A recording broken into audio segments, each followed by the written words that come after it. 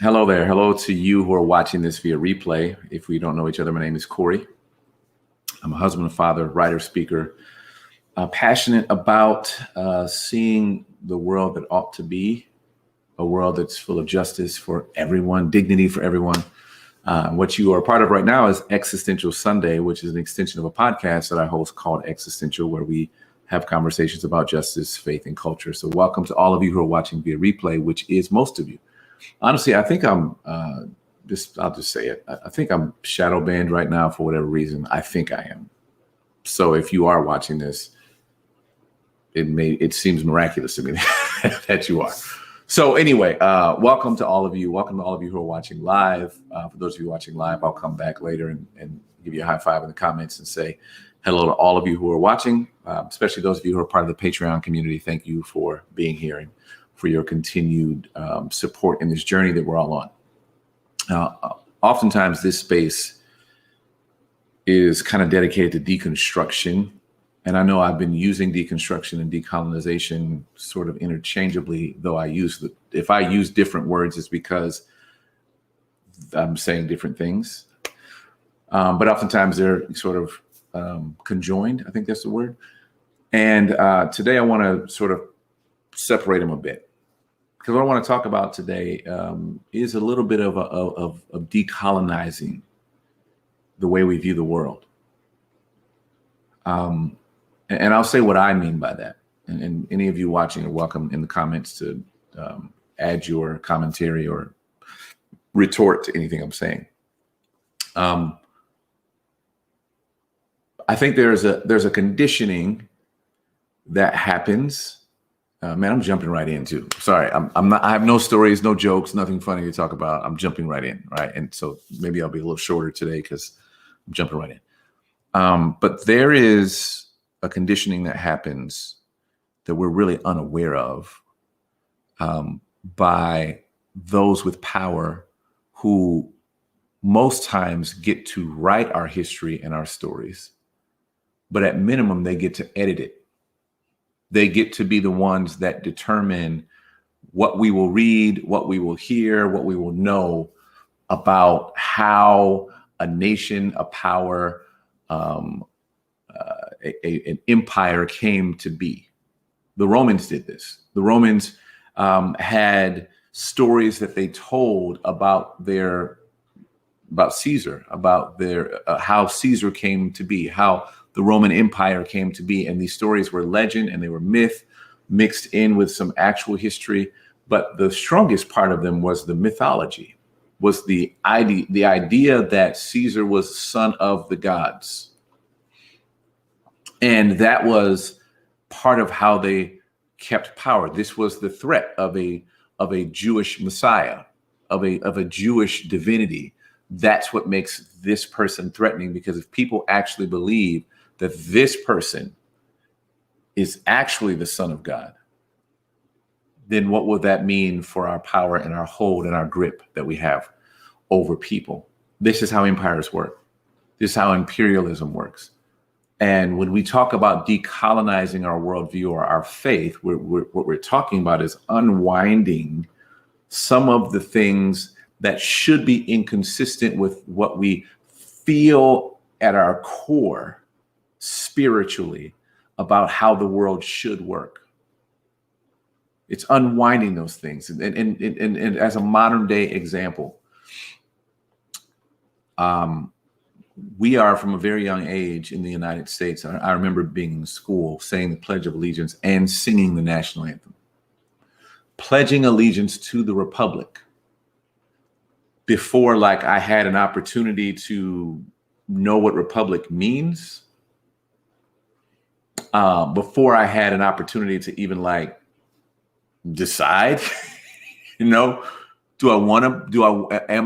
does it mean for me to pledge my allegiance to a nation, to an empire? But none of us really had any issue with it. It's like, it's what you do. We live here, it's what we do. We are Americans, so therefore we are going to pledge our allegiance to America. And then our national anthem that has the lyrics, "And the rocket's red glare, the bombs bursting in air gave proof through the night that our flag was still there. In our national anthem is a declaration, if not celebration, of violence, of bombing in an effort to gain freedom or to establish an empire, you decide. And then for those of us that come from the Christian tradition, which is where I come from, there are these stories starting with, well, actually it starts way back with Abraham, where Abraham went and murdered a bunch of people to rescue his his nephew Lot. And then there's the story of all of these conquests by the Jewish people, where the Jewish God commanded them to kill man, woman, child, animal, completely eliminate every single type, whether it's the Hittites or the Levite, whatever, I don't know the Levites, but there was all kind of types that, right, throughout the First Testament of the Bible, where there's genocide, there's ethnic cleansing that happens. And we read this, and because, as I've talked about before, because we imagine that we know that who the protagonist in the story is, everything that the protagonist does is justified by the end because the protagonist is the good guy.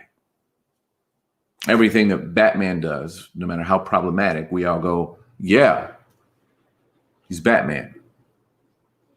I actually read something really interesting about that. If Bruce Wayne actually wanted to bring change, he would use his considerable resources to actually make sure that there were better schools and health and everything else in Gotham, so that the criminal, like the gangsters, wouldn't have poor people to exploit for their criminal endeavors. Interesting idea. But we look at the protagonist in stories and go, you're the protagonist, so therefore everything you do is great, which is what I got trapped by this. And Nandi, who you all hear about all the time, gave me a really hard time, and still does, about my support of Daenerys Targaryen. Because in Game of Thrones, they presented her to me as the protagonist, as the one who was about justice and fairness and freedom. And even when she went off the rails, spoiler alert for those of you who are watching Game of Thrones, sorry, it's like, I don't know, 100 years old now. You should have already seen it. Just fast forward if you haven't watched Game of Thrones yet, because I don't want to spoil this for you. I'll give you a moment. So even after her dragon burned down an entire city of innocent people, I looked at Daenerys and was like, well, I mean, they were mean to her. I mean, Cersei really was mean to her. I mean, they killed her best friend, and one of her dragons got killed. I mean, she's been through a lot, man. And what I'm seeing right now from specifically evangelical Christians is about the same as what I've done with Daenerys, what we have done subtly to our children with not even allowing them the opportunity to choose allegiance to an empire, whether or not that empire is just or not. They didn't get a chance to choose that.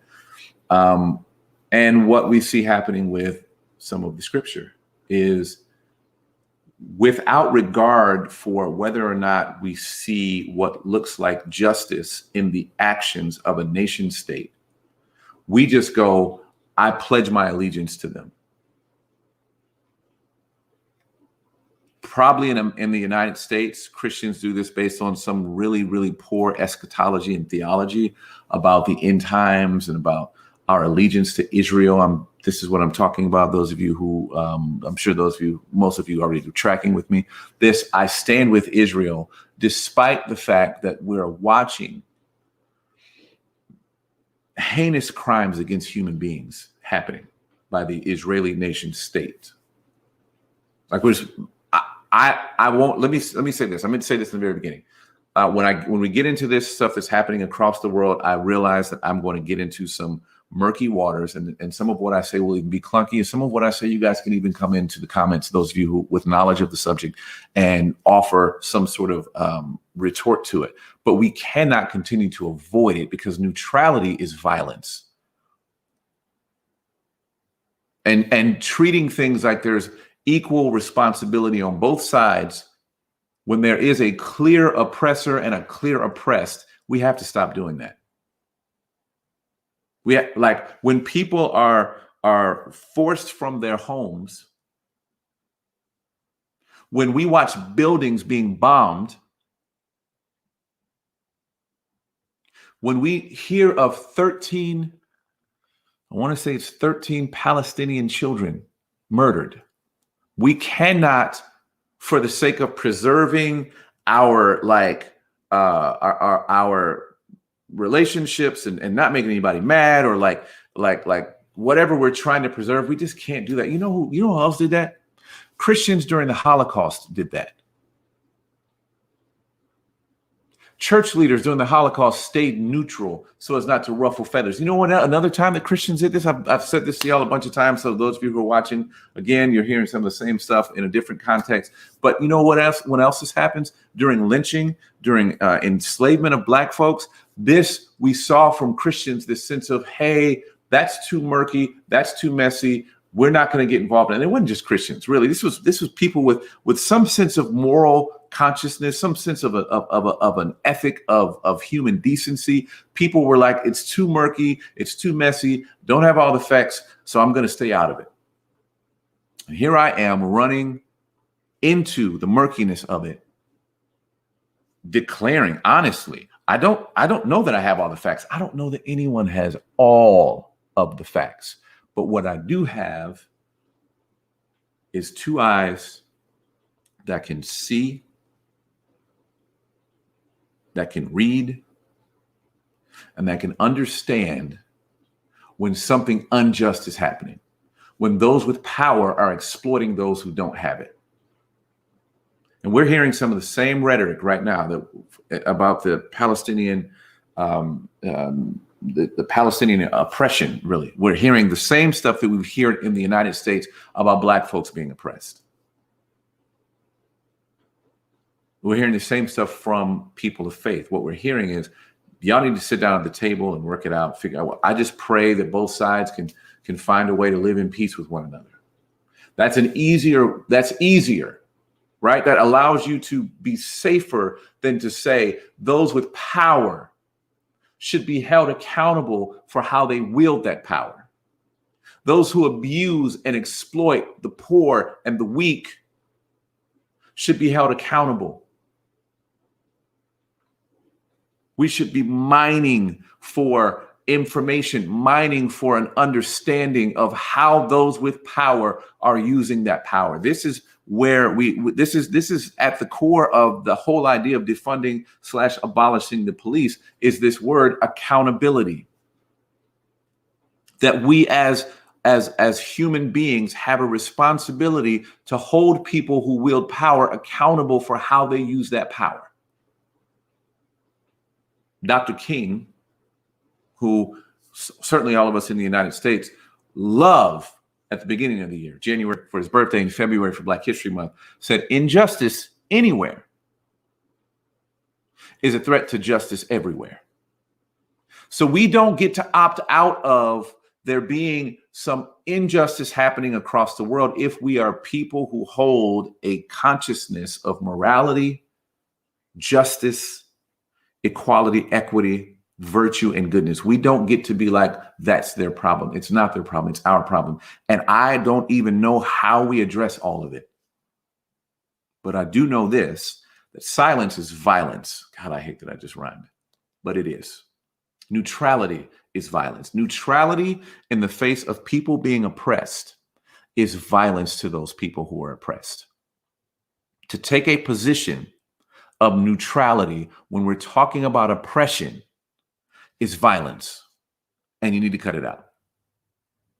If you're a person of influence, I don't know. If you're a leader in a faith community who happens to be watching this and you are silent when there's oppression, that is violence. And you should actually be questioning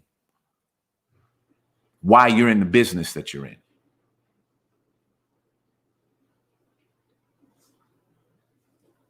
I love that Linda Sarsour, who has been on this Existential Sunday, one of my favorite ones back in March. I want to say it was. You can watch that if you haven't seen it. She's also been on the podcast a couple times, and I think the first time she was on our podcast, she said something about our liberation being tied up with one another.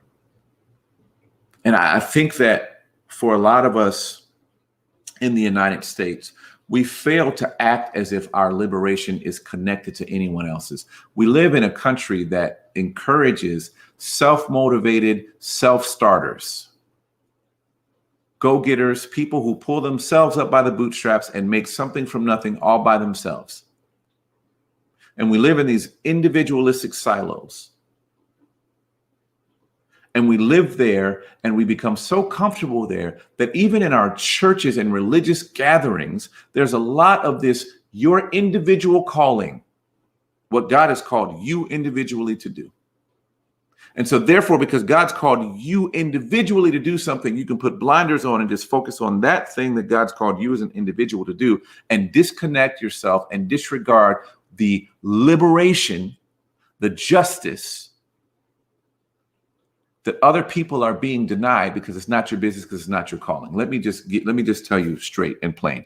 Your calling is not individual. We are all collectively bound together to justice, period. You may have unique gift set, a unique set of wiring, a unique set of passions, things you're interested in. All of that is true and real and great, and pursue those things. But all of us should be pursuing those things, and it should all be leading us into the overall overarching pursuit of justice for every freaking human being on the planet. And to fall short of that is to fall into a capitalistic individual mindset that is so selfish, so heinous, and so violent that it is killing the world.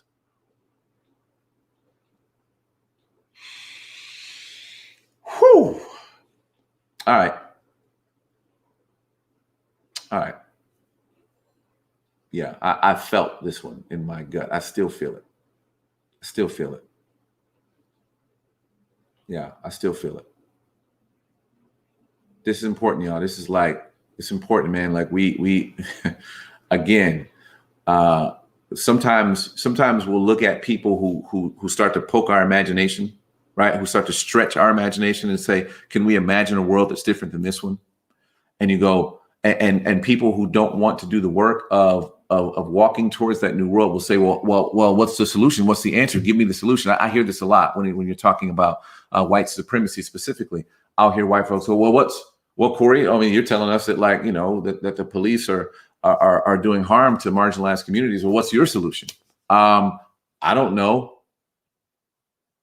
The person who imagines and cries foul and says and stands up and says, hey, what's happening is unjust, does not always have to be the person who also sits down at the table and writes out the plan. Because even if I write out the plan, even if I tell you the steps, because you are so rooted and benefiting from the injustice that happens, because it's so much hard work for you to start to think differently, for you to begin to imagine that whiteness is not something to be cherished, that empire and imperialism are not something to be held too tightly. When you can't imagine what it would feel like to let that go, anything I say, you're going to argue with, because what you ultimately want, people in power, people married to empire, ultimately want those who are starting to resist empire and resist injustice to just be quiet. Well, guess what? I ain't. And that took me back. I was a kid. You say that all the time. We used to say that where I was growing up. I ain't. That was no. I ain't. And nor should anybody else who has any sense of moral compass, moral drive, spiritual ethic, feels any sort of connection to divine goodness. I don't know how you're silent. And I don't give a shit about well, you don't have all the facts. And okay, fine. Bring your facts and then listen to the experiences of Palestinian folks who are under the boot of oppression, who are displaced from their homes. I even took some time and read some stuff this morning from someone who was on what am I trying to say here? Someone who was an advocate for the Jewish state, for the Israeli state. I read everything they wrote, and nowhere in what they wrote, I looked, combed it to see if they acknowledged that Palestinian people were displaced from their homes, that Palestinian people were murdered, that holy sites during Ramadan were destroyed by Israeli military. I didn't see any of that. If we're not going to be honest about what's actually happening, right? I understand nuance and complication and all of those things. I totally do. And I understand that. And I know that means that this is messy. I know that means that there's error. I know that means that there's things that I'm probably wrong about. But at the core of what justice looks like, I think we can all recognize that. And what injustice looks like, come on, man. I think we can all. I don't think there's a middle ground. I think we all saw that last year when a man had his knee on George Floyd's neck for 9 minutes. I think we could say, hey, that's most of us, if we're being ethically and morally centered and honest, could say, yeah, that was injustice. And we can look across the world right now and point out some things that go, yeah, I know there's some complicated history here. I know that there's some complicated political realities here, but that is wrong. Grace and peace to all.